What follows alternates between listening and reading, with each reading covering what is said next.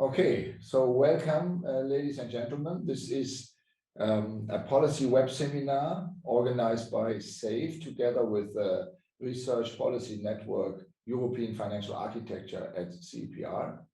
And we are very glad to welcome three speakers from the European Central Bank's Financial Stability Group. They are producing every year 2 times a report on the status of financial stability in the Eurozone, but I think most of the analyses also have a worldwide reach. And I think at the current times, tumultuous times almost, we have so many different crises that happen almost in parallel. The pandemic is almost over, but it had governed our thinking for quite some time, and also the discussions in the Financial Stability Report on the past years. But now we have an energy crisis, we have geopolitical tensions, we have supply chain bottlenecks in many sectors of the economy, we have the fear of recession, we observe 2-digit inflation rates in many countries, and all this happens at the same time. In a certain sense, we are wondering what happens to the financial sector, what happens to the financial system. Can it withstand all these different shocks that are happening? And of course, we hope that we gain some information from the group that is presenting today their outlook, their take on financial stability. I want to welcome Tamarah Shakir, who is the deputy head of the Systemic Risks and Financial Institutions Division that is basically authoring this report. And she has 2 of her colleagues along here with us on the table, Manuela Storz, who is a financial stability expert and who will start the presentation in a short while, and Dieckelmann, who is also financial stability expert. So I'm very happy to welcome you here. I look forward to your report. We have agreed that the 3 authors will present their report in about half an hour, so like 30 minutes. And after that, we will have a Q&A. And for the audience, I can encourage you to post questions in the Q&A section of your screen. And I will read them and use them to guide through the discussion part later on in the seminar. So for the time being, welcome here in House of Finance, and I hand over to Manuela for the first intro. Thank you very much, Jan. Thank you for the warm welcome. Pleased to be here with you to present the November 2022 Financial Stability Review. So as Jan already said, we do this report twice a year, and yeah, these are very challenging times actually for us. So people are, of course, very much interested in what we're doing, which is nice, and we are also very happy to have this opportunity here to present our work and interact with you. Then let me just get started here with our presentation with a few general themes. What we have to say, unfortunately now for the 2nd time in a row, is that the key assessment is that the financial stability considerations have unfortunately deteriorated further since our last FSR in May. And as Jan already said, a lot of things have been going on in the macroeconomic outlook, and a lot of fundamentals and outlook expectations have changed. And so in our report, these economic developments are very much underlying drivers. We've seen the high inflation that Jan mentioned. We've seen monetary policy acting to rein in this inflation, which then also implied tighter financial conditions. And we came to see that pre-existing vulnerabilities became exposed, started to unravel. This includes, for instance, household and corporate sector indebtedness. We've also seen a lot going on in financial markets. We mentioned in our report that we see quite a risk for further financial asset repricing. This, together with the elevated volatility we've seen in markets, new liquidity challenges coming up, makes it more likely that some disorderly adjustments are on the horizon. And of course, looking forward, also recession risks have increased. This could become a challenge for sovereigns, especially if they continue to conduct policies that are rather unrestrained and untargeted to try and cushion a potential economic downturn. And of course, also with economic downturn, banks may further ahead face renewed challenges regarding their asset quality. So just to set the stage and what drives a lot of these risks in the financial world, I want to mention a few key developments in the economic space. So one thing, of course, we have seen is the very higher than expected inflation that affected most advanced economies. And in reaction to that, the ECB, but also other central banks worldwide, have started to normalize their policy to raise interest rates to tackle this high inflation. This means, of course, financial conditions have tightened as was intended by these policies. But at the same time, of course, underlying drivers are the continuing war in Ukraine, the energy crisis that came with it. And this situation continues. So it means at the same time, now we are also increasing fears that recession will come up. And in the chart here on the right, you see that over just the last few months, the probability of a recession has gone up as perceived by markets. So currently markets expect that next year we will see a recession in the euro area with a probability of about 80%. Okay, which brings us a bit to the market developments we have seen over the past few months. And so with all these things that have been going on that I just mentioned, markets really tried to cope with the new outlook, the new situation, also with the prospect, this low for long interest rate environment has come to a change. And one reaction of markets was that volatility has increased significantly. There's a lot of uncertainty in markets. You can see on the left chart here, especially in interest rate markets, volatility has increased at the same time as inflation expectations have gone up. And this, of course, also then has knockdown effects on asset prices. And in short, one can basically say markets are rather spooked right now. So any news that comes out that could point towards changes, what will be going on in the future regarding growth prospects, inflation prospects, and so on, is amplified in significant swings in interest rate expectations and asset prices down the road. As the macroeconomic outlook has worsened, we have also seen, as you can see on the right chart, yes, so the right chart here here shows that over the last few months, we have seen further asset price corrections. And this means, of course, that markets have adjusted to the more challenging outlook. But not just the fact that the asset price corrections occurred was remarkable, but also that, as you can see on the right chart, we've seen a significant correlation between the prices of equities and bonds globally.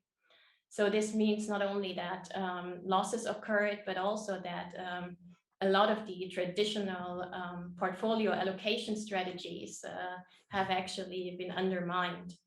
And this poses a strong problem for investors. When we go to the next slide, please. On this one, we can see that in the market itself, the fact that investors became spooked also means that there is a lot less activity going on. Markets have become more illiquid, so less liquidity in markets also has as one side effect here shown on the left, that issuance activities of corporates have gone down. They're right now reluctant to refinance their debt. They're waiting until conditions become more favorable again. For some of them, this might be possible, because as interest rates were lower in the past, a lot of the firms locked in financing for longer periods of time, but sooner or later they will have to refinance their debt. And right now they're still holding on and hoping that they can get better conditions soon in the future. Market illiquidity can also become a problem nowadays, because we have several market participants that in this uncertain environment might face liquidity shocks. So for instance, here as shown on the right chart, we see that the initial margin and variation margin requirements in the energy derivative markets have gone up. So corporates need more cash to post margins to ensure against fluctuations in energy prices. Also, another player or group of players that could face sudden liquidity needs would be the non-bank sector, which we will see on the next slide. So here, this is particularly interesting because it's not only that the sectors are, of course, independent. We don't just have a markets assessment and assessment for non-banks, but here we really see also interactions and a risk that there might be a feedback between the non-banks. So in our report here, we look at investment funds, insurers, pension funds, and the market developments, the developments of the markets they act in, so to speak. So on the left chart, we see a striking development, which is that this non-bank sector has started to sell assets. They have started to sell NFC bonds on the left of the chart. They have started to rebalance sovereign bond portfolios away from riskier issuers to higher rated issues. So we see the sector itself is declining, shrinking, which is a strong stop in the trend of previous decades of this sector expanding and supporting the economy with their financing. But at the same time, from a financial stability perspective, the good news, at least in the medium term, is that they have become less risky in their investments because they shed a lot of these riskier assets. Now, why have they done that? To a certain degree, they did that because those people who invested in these non-banks, in these investment funds, for example, have started to sell the assets. To a certain degree, they were also forced asset sales because they needed cash, as I mentioned earlier in these in the previous slide. So particularly what has drawn attention in the UK now with the pension fund turmoil you may have heard of that had repercussions in the UK gilt market. Also in the euro area, although risks are not one the same, we see that there is a risk that these institutions, pension funds, insurers that are very active in derivative markets for interest rates could also face further liquidity needs and might have to sell a lot. Now, this would, of course, then have as a consequence more likely disorderly reactions in markets with the market illiquidity we have seen. And unfortunately, what we have to say, and what is also shown on the right chart, the best way to guard against these liquidity shocks would be to keep cash buffers. But unfortunately, especially in the investment fund sector, cash buffers are low. We can see over the last few months, they rose up a bit, but still very low levels. And also they did not even rise in line with the increase in market volatility we have seen. And with this, I would hand over to Tamarah to talk a bit more about real economy aspects. Yeah, so Manuela there set out the backdrop that we've had of the economic conditions, which have been deteriorating, higher inflation, weaker growth in the last 6 months, and then also the repercussions that's had through financial markets and the tighter financing conditions. So then to bring that to the real sectors, the starting point I'll have here is sovereigns, both because in and of themselves they're a huge sector, but also the implications of sovereign pricing spreads through also to prices for other sectors. And here for the sovereign sector, it's actually one area where I say the emphasis in this FSR has shifted quite a bit. So we've seen continued sovereign support for the economy, and we've been running relatively large deficits through the pandemic, which you can see in the left-hand panel there. And we now expect these deficits to stay larger for longer. So it'll take longer for these to be normalized. Now, some of that's good and useful. It represents governments across the euro area putting in support measures in the wake of these shocks. And there's a very strong moral as well as economic argument for ensuring that the most vulnerable people in the economy aren't overwhelmed by these energy shocks that are completely beyond their control. That said, having experienced these very broad measures in the last few years, the concern we set out in the FSR is conditions for sovereigns are shifting, and the possibility for such broad support measures is going away. And concretely, we set out the argumentation from our financial stability measures. There's real benefit in having much more targeted fiscal measures in place, and that they're clearly temporary, so that the medium-term outlook for fiscal positions can be restored, so fiscal discipline can return at some points. And obviously that's part of now much bigger debates that's happening in the European Union context about what will the medium-term approach to fiscal policy be, but from our perspective in the near-term, temporary and targeted is what we call for. And sitting behind that, the good news is for many sovereigns in the euro area, the possibility of handling these slightly larger deficits is good. Although financing conditions have tightened, they've not tightened in a disorderly way. And indeed, 6 months ago, we were highlighting a lot of the possible risks, particularly in the euro area, about fragmentation, as we called it, or spread divergence in the euro area. And as you can see on the right-hand chart here, that although sovereign bond yields have continued to rise over the last 6 months, what we haven't seen is a big widening and excessive widening in the spreads as that happened. We'd always expect some spread widening as yields increase. There's a sort of mechanical link, but it hasn't been very excessive. And it may be partly mitigated by the announcement of the transmission protection scheme instrument, by the ECB a few months ago. So that's helped keep things in check. And we have a box actually in this financial stability review for a number of colleagues have looked at evidence of divergent dynamics in euro area spreads, and at the current moment these all look relatively contained. So that's the good news, but certainly our concerns about the risks to sovereign positions has increased. So the next slide then.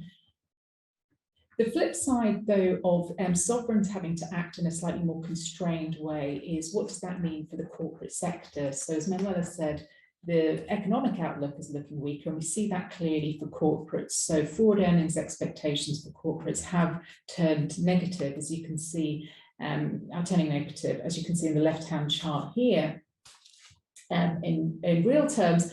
And that's sort of the first time we've seen that happen since well, briefly in the pandemic, but also in the great financial crisis. It doesn't happen very much.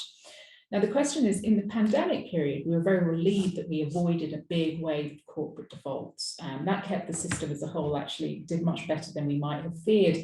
Now, the risks of corporate defaults are rising again, and we cannot expect the same kind of fiscal support that we saw in the past. And indeed, when we look at default risks, we see in a lot of sectors, these default risks are rising somewhat. And that's particularly the case in sectors that are more energy reliant, which you can see a bit in the scatter plot on the right-hand side here, and those sectors with less ability to pass on those energy price rises to their customers. And that varies by sector. It also varies by firm size, interestingly. So we find evidence that smaller firms will struggle to pass on the costs compared to larger firms, and they face more margin squeeze. So whilst overall the corporate sector in the euro area has fared reasonably well, the outlook has once again deteriorated for them as well. And the implications for that then also turn to the household sector, which I'll get to in my next slide. Because the health of the corporate sector is also then directly linked to the income outlook for households and also the employment outlook for households, which has been another area of strength that we've seen in recent years. I think many of you will be aware euro area unemployment is still at historic lows despite all the things we've seen, and that's been a great source of resilience to the economy. However, what we do know is there's a real purchasing power squeeze going on for euro area households as they deal with higher costs for very important goods in their consumption baskets at the same time as wages, as ever in high inflation periods, catch up only slightly behind any increases in prices. And that's particularly true at the lower income quintiles, which is something Daniel's going to come on to talk about and as he talks through the special feature that we have. But suffice to say, as incomes are squeezed and purchasing power is squeezed, we feel that there's increasing risk of debt servicing problems that could arise, particularly for middle and lower income households, which you can see on the left here, these very sharp drops. And for households in the euro area, that's then compounded by another issue, which is in successive recent episodes, we've observed the very rapid expansion, really strong growth that we've seen in euro area housing markets, real estate markets, and some of them historically very high price rises, even through the pandemic. And that continued in Q2 this year. We had about 9% growth in euro area house prices, but we now seriously expect that to slow down and possibly even to get some month-on-month contraction in the period ahead. And you can see that in the middle here, intentions to buy a home or build a home have fallen quite sharply in the dark blue line there. And at the same time, lending rates on new loans are beginning to pick up quite significantly. For the wider housing pool, that lending rate effect is going to take time to trickle through. We've talked before about the fact that over the last 10 years in the euro area, there has been a shift towards more fixed rate mortgages. And the implication of that is it takes some time. But again, I think Daniel will come on and talk a bit about how all that will play out. But taken together, there's a real chance of some households' income balance sheet stretch being combined with the turn in the euro area real estate market, and the two together could compound each other. So again, increasing the risk there.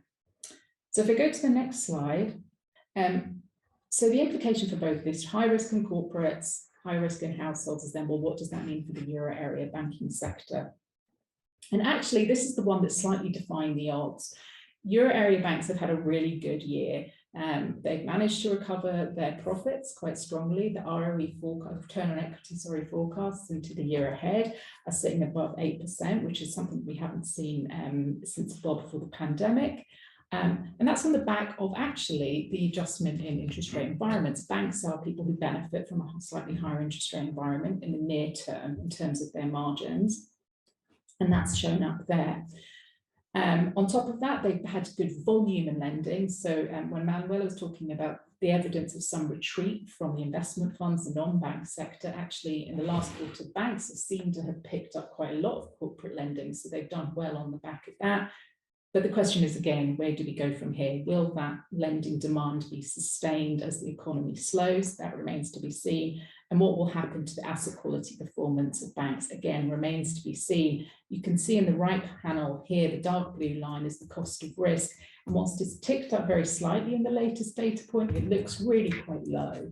And it wouldn't be that surprising to see that have to pick up a bit in coming quarters, although whether it picks up a lot or not remains to be seen. And banks' asset quality has tended to perform better in recent quarters than you might have expected. But now the challenges are building.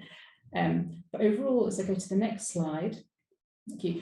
The other counterpoint to that is thanks really to a lot of prudential policy action in the last decades. The euro area banking system has going into this period of more stressful conditions with a good capital base. So although there's been a slight tick down in capital positions recently, overall these levels are looking pretty good. So I can then wrap up on the next slide on the risk assessment overall before I hand over to Daniel, just to say our conclusion is again a deterioration of financial stability condition, an increase in a lot of the vulnerabilities that we've been talking about for some time, really as actually the big triggers materialize, a supply shock that means tightening financial conditions whilst growth slows. And it's the combination of the two that's getting us into this position. And that creates some difficult policy challenges ahead as monetary policy has to focus on addressing inflation and fiscal policy gets more constrained. So a slightly gloomy outlook from us overall, but as I say, it's also not falling equally in the economy. And for that, I'd hand over to Daniel. Yeah, thank you. Thank you, Tamarah. On the next slide then, we'll zoom in a little bit now into the households. The FSR not only has a main content, but also towards the end special features. And here I'll present shortly one of these special features entitled Household Inequality and Financial Stability Risks. exploring the impact of consumer price and interest rate changes. On the next slide, just a brief outline of what I would like to say today. Shortly introduce you to the motivation behind this piece and why now we're looking at household inequality and why now a more granular look at the household sector is warranted from the perspective of financial stability analysis. Then, as a first result of our analysis, some stylized facts on the current estimate of household income and wealth distribution. In a third step, the core of the piece is an assessment of the current, and that is 2022 high inflation rate and changes in interest rates and how that impacts household across the income distribution. We will see how that particularly impacts lower income households. And then we combine this analysis with, in the fourth part here, with household debt exposures, where we talk about the relevance for the banking sector. We conclude by estimating an effect on banks' non-performing loan ratios from the interest rate and inflation shock impact that we expect to materialize from the beginning of next year. Next slide, please.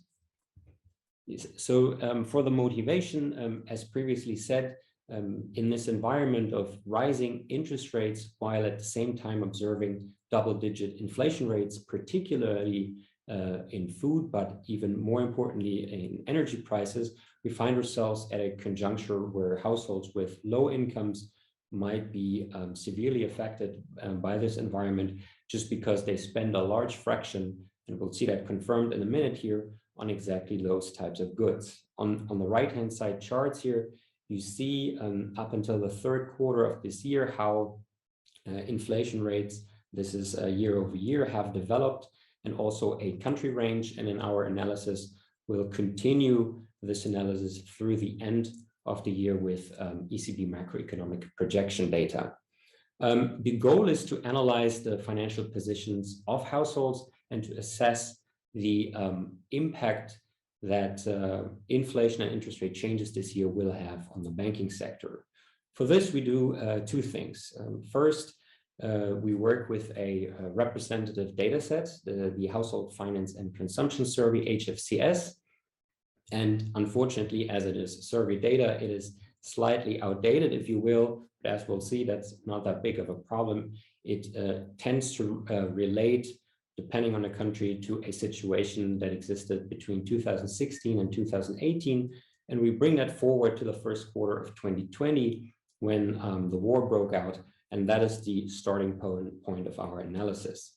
In a second step, after we shock households in the model with this kind of impact, we determine the bank exposure to this type of households and then translate that into a shock on the banking system itself. Yes, and here we'll start with the descriptive stats of what we're seeing in the data. And this is data brought forward to the first quarter of 2020. And on the left-hand side here, the important takeaway is you see that in the lower income quintile, that means particularly in the 20% poorest households in the Eurozone, a large fraction of gross income is being spent on food and energy, the blue and yellow bars here. The light blue bar here is something that we define as non-basic consumption, which is the leeway as we define it that households have when they react to the shock that is coming and that they've been hit with this year, the type of consumption that they can forego because they need to spend more on food and energy. The main takeaway of this chart is that lower income households are hit particularly, and they're particularly vulnerable to when the prices for food and energy increase drastically. This is pillar one of the analysis, the income side of households. On the right-hand side here, you see the second pillar of the analysis, which looks at the wealth distributional aspects, particularly because our analysis is short-term only. It looks at the endowments with liquid assets. And what you see here on the x-axis are debt service to income ratios, averages, for households in Eurozone countries in the first income quintile in blue and in the second income quintile in yellow. And on the y-axis, you see the liquid assets to debt service income ratio, a measure of if households would go into negative cash flow territory, you would see by this number presented here, the amount of years that could still service the debt just out of your savings. And for the purpose of our analysis, in the lower right corner, that is where we're particularly interested in, where high debt service meets relatively low saving endowments. On the next slide, then, we can translate this into an impact analysis. On the, I will be brief in terms of methodology here. We basically consider two different scenarios. One where we consider households to be illiquid. These are households that are immediately cash flow constrained and have no savings at all. And then a downside scenario, if you will, where there are savings up until 1 year. And the blue bars represent the situation as it is and as we find it in the data according to these definitions. And again, here we see a similar pattern that the impact before the shock, but also after, is the biggest in the lowest income quintile and tapers out to marginal in the higher income quintiles. Again, an important takeaway here is also that there is country heterogeneity, as can be seen on the right-hand side of this chart, where the countries which start with a relatively high share of illiquid households are also the ones that see the biggest increases from the shock that we expect in 2022. Very important here is that this is all without taking government aid into consideration, and should thus be seen also as a downside estimate that is very likely to not materialize in exactly this magnitude here. A last takeaway from this slide is that the inflation for the near-term analysis matters much more. It actually matters exclusively for most countries. The interest rate shock due to the high amount of fixed rate mortgages in most countries actually matters very little, at least when the horizon is only up to next year. Next slide, please. And here we bring in the third pillar of the analysis. So far, we have assessed the financial health of households and how they would react to, or how they will react to the inflation and interest rate increases of this year. And now we bring in the banking system. And what you see in these two slides here is the share of total mortgages on the left-hand side and the share of total consumer debt broken down by income quintiles. And at first glance here, there is a positive message. The message being, at least from a financial stability perspective, that most debt is allocated to the higher income quintiles, especially in most countries in the Eurozones. However, there are country differences here, and there are differences when one looks at mortgage debt or consumer debt. For example, we see that for consumer debt, which is the smaller part of the two debt types and of the debt stock entirely, we see, for example, that for countries like Greece, the Netherlands, but also Ireland, the lowest 40% income households have actually a relatively high share of debt, and the banks in these countries accordingly have thus a relatively high exposure. Now we bring these three pillars together in the next slide. Here we see how when one considers the income, the savings, and the bank exposure situation, how non-performing loan ratios in the affected countries would change according to our estimates. Note that again, for the purpose of this analysis, we do not consider any form of government aid, but also we consider if a household is cash constrained in our model, that it default and cannot service its debt anymore, that it defaults on its entire debt portfolio, which is of course a very conservative assumption. And again, these figures should be seen as downside estimates. The message is here on the left-hand side, where the blue bars are the non-performing loan ratios as they are in the data, and yellow and red are the two scenarios. We see that the increases are relatively muted in comparison to existing stocks, but that country heterogeneity exists. And on the right-hand side, we break these contributions a bit further down by income quintile. And there, interestingly, we see that the increase does not, to the majority, comes from the lowest income quintile, because that usually, or at the time of the data, is already in relative levels of distress, but the increase comes here in the second and the third income quintile, even though it comes at, in comparison, very low levels. And our maximum estimate of 350 basis points increase of non-performing loans, a non-performing loan ratio, comes against the backdrop of drastically improving NPL ratios in recent history in many of these countries. To wrap up on the next slide, what we find is that lower income households have been disproportionately affected by especially the consumer price increases of this year. While we expect outright defaults to increase only slightly, we do see downside risks to banks' asset quality are on the rise, especially in vulnerable countries, but we're far from some systemic kind of impact here. Just as a qualitative assessment towards the end, what we do expect, or what can be expected if these are unchecked, for example, by government measures, are second round effect that may decrease consumption as households are shifting the incomes that they have at their disposal into the goods that have recently increased in price, and that a prolonged period of high inflation continuing could also bring households with higher incomes into jeopardy down the road if it's unchecked by other offsetting developments.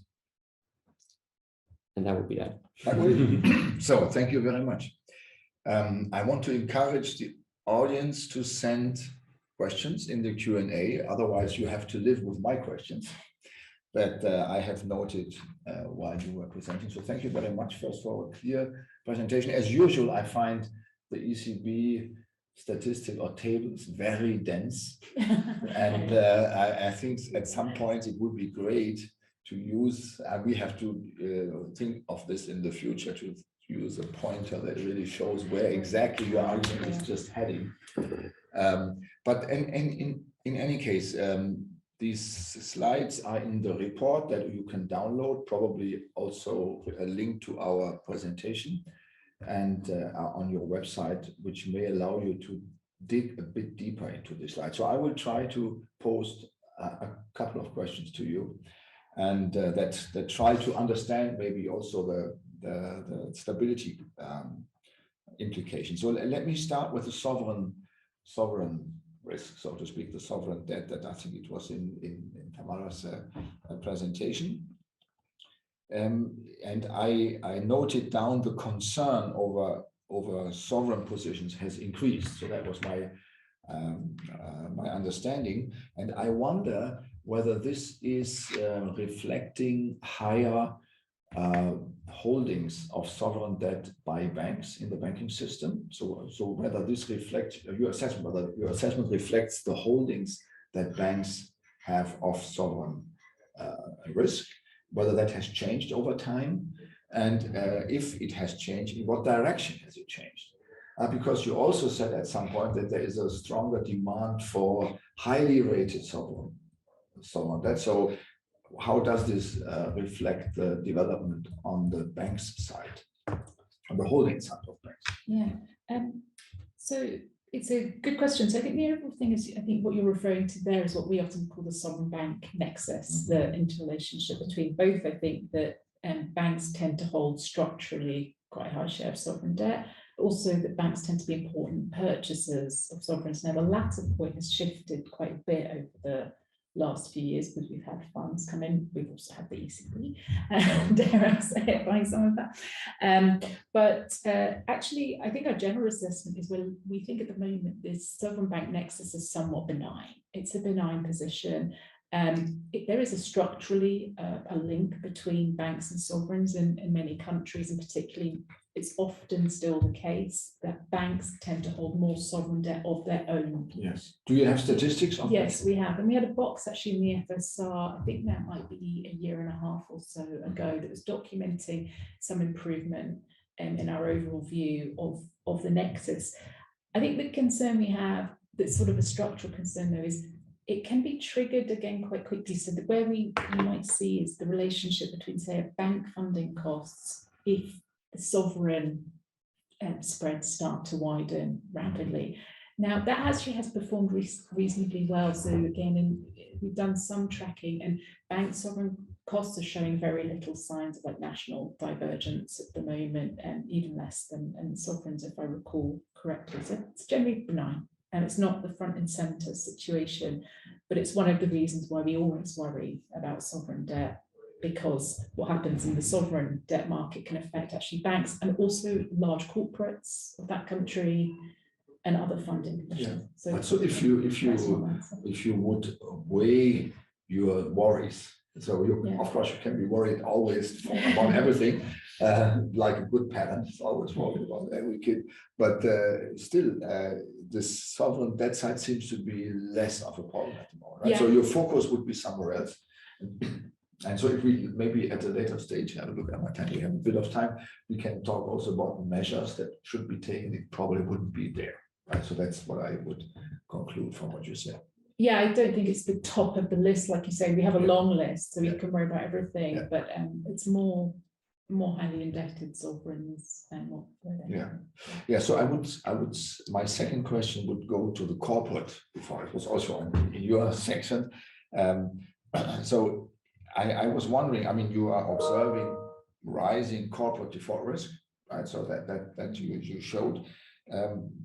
So as a banking economist, I would say this may not be a problem as long as the revenue that they generate is also rising. Right? So if you have high interest rates on the loans that are risky, so that's just as good as low interest rates on a relatively less risky loan in stability terms, right? So can you say something about this relationship between risk and return on the lending side? It's a difficult question, so I'm not sure. It's a difficult one. You probably know more than me about this now, because the stock of lending, so the existing corporate loans, mostly will have been priced in the low interest rate era, right? I don't know. You might know the average tenor of a sort of large corporate loan. I don't know if it's. I actually don't know. I had to remember the statistics. There's a chunk that's under a year, but there's quite a lot that we say 1 to 5 year. So it would still be relatively low rates, and returns have been lowish. And the earnings are now falling, so it depends how much the default risk rises, and then what the forward book starts to price that. So to your question, what conceivably could happen is the pricing moves up quite quickly to start to compensate a different risk profile. But that's speculation. Actually, it's a good question as to how. Yeah, I think this interplay would be a good risk factor. Yeah, because it's just the default risk alone is not always sufficient to indicate some stability concerns. And I think, I mean, to the positive side of that, there is a view that the banking sector, in theory, we've had a huge amount of shift in prudential regulation. So risk management should have improved in the last decade if we've done anything right. And certainly the capitalization of higher risk loans should have improved. Yeah, I come to that in a second. But I first have a question for Daniel. So you were talking about expected NPLs, right? And so in a way, NPLs are like the event that never happens, right? So we are going through crises now for many years, and everybody says, "Oh, NPLs, they are not rising." So why not? I mean, even now, do you have any clue why this is still? I'm happy to hear that it's moderate. We also did an analysis some time ago when the pandemic was high. Everybody was saying now this is basically the next crisis in the making, but it didn't. So is there something that's been withheld over years and years? At some point there is a wave suddenly exploding NPL. Do you have any sense of that, or is the risk management that banks are doing so well developed, or the risk level that they took so low that the NPLs just don't rise? Very interesting question. Thank you, Jan. I think I can answer maybe to some degree, just sort of a little bit from the perspective of the analysis that we've done. In order to really have NPLs rise drastically, something that we found when we did the analysis, we had to really go into the downside scenarios. So, for example, as I described, we looked at the household side, and then we were really assuming that every household, which is not realistic, would, when it comes into distress, would also immediately default. There are so many different layers that would happen before. For example, they may just choose part of their loan portfolio that they would default on. Or maybe the bank can negotiate when it is in a good position, sort of a different payment schedule. So something that we found even when it comes to NPLs from the perspective of this analysis, that there are lots of things that have to happen and have to coincide to actually see an increase materializing. Of course, everything we've done are estimations, but also to maybe, I don't know if my colleagues actually have something to add sort of more generally to NPL ratios. Yeah, I think one aspect to your question was also why do we always warn and why does it never happen? Of course, one thing is we like to err on the side of caution, of course, but something that happened in the past, especially with the pandemic, was of course that, as Daniel said, we estimated what households would do and how much they could pay. And we, of course, did not take to such an extent into account how much support they would get. Yeah. So in the last 2 years, especially after the onset of the pandemic, we've seen quite massive fiscal support for corporates, for households alike. So in the end, it just never really materialized to a certain degree. By law, NPLs did not exist for a certain period of time. And still we're picking up this topic now again, and we're specifically also warning this time that given that the most sovereigns have now spent a lot of money in the past and further increased massively in certain areas their sovereign debt, and now at the same time they also face higher funding costs coming up, that now it might be really a problem to have these we save all approaches, and we're gonna help everyone along. So in the financial sector, really banks should prepare in a sense. So I think it's not wrong that we warn in this sense, because also a lot has changed from the sovereign point of view here regarding capacity to help the economy. And well, I think your analysis also shows what we have learned over the last 20 years, right? So all these aspects can be risky. I read a question from Olaf Hills. He thanks you for your presentation. And regarding households, so it's again for Daniel, have you considered wealth effects from falling asset real estate prices on households in your analysis? That's a very good question. We have not, and that has to do with the fact that we wanted to keep this analysis strictly short term. It would be incredibly interesting to do, but then also we come into a territory where interest rates will matter more, because then we'll have to look at fixation periods, for example, and just to be sort of strictly short term, we have not. But certainly that would be a potential next iteration. Yeah, thank you. Yeah, so let me ask one question to you. I want you told us that the capital has been built a lot in over the last couple of years, so that the capital ratio or the capital position is solid as we are looking at it now. I just wanted to know whether you are also looking at bail-in debt in your analysis, and what is the status of the, let's say, the bail-in debt situation in Europe prior to 24, when a certain level has to be reached? I'm going to have to refer to the banking people. I'm more of the non-bank person. Okay. So actually, don't think we covered it too much in this FSR. It's a progress. So I think many people we refer to it as MREL, so the minimum the bail-inable debt. And I think in general it's on track, but it's one of those situations where there's a group of firms that still got some work to do.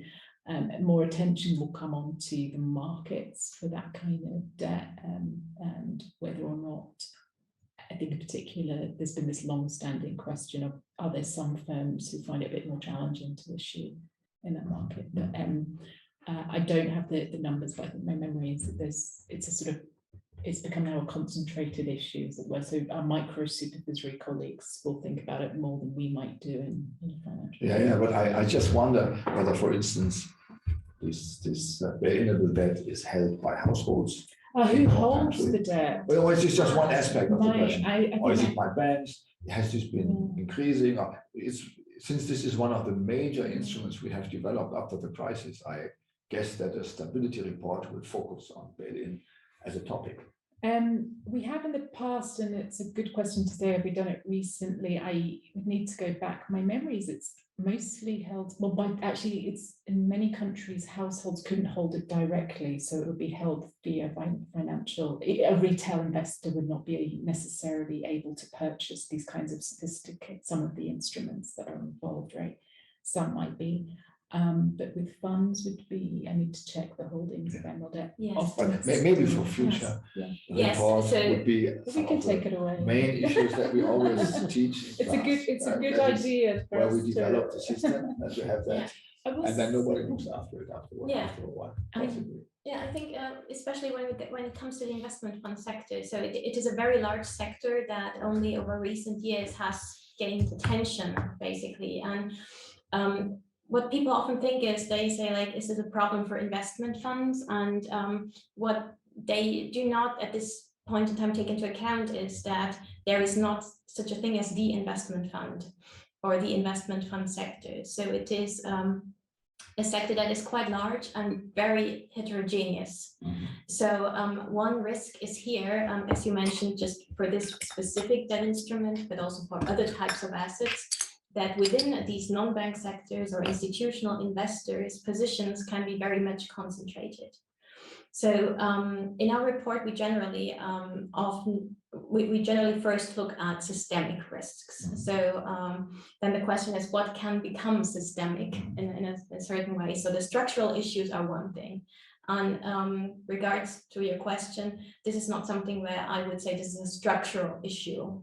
That it kind of affects everyone in a certain way, that has to have like some full-fledged regulation that has to come up. But this is something where we would say there's like certain pockets of risk in certain corners of certain types of investment funds, other types of institutional investors. From time to time in the report, we also look at these types of risks. What's been more at the forefront in this round was the risks that come from leverage through derivative markets, because this is something where we really have seen a lot of movement. But I think it kind of goes a bit into the same direction of your question, because here we also see something that has come up more recently, is rather unique, but possibly. Are you talking about the UK experience? For instance, as well. Could this be happening in Europe? I've been asked that question quite a lot. Yeah, Thank you for asking. Yes. I cannot say that there is no risk in the euro area, so it would not be prudent to say it's all safe. There are several reasons why the situation is different in the euro area. So, for example, we see that the pension fund sector that amplified the turmoil is much different in the euro area. In many countries, it doesn't even exist in such a way it does. In the UK, we see some individual countries, for instance, in the Netherlands, where we have a similar type of pension fund sector. But also here, the risks to these liquidity shocks are different. So in the UK, we had a fiscal event, an announcement that was not very smart, and that in the end kind of triggered a chain of events.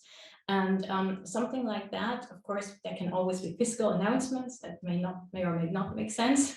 There could be something like that as well in the euro area, but there's not necessarily the same amplification mechanism, because interest rate derivative markets in the euro area work on Euribor, which means they work like on a common yield curve.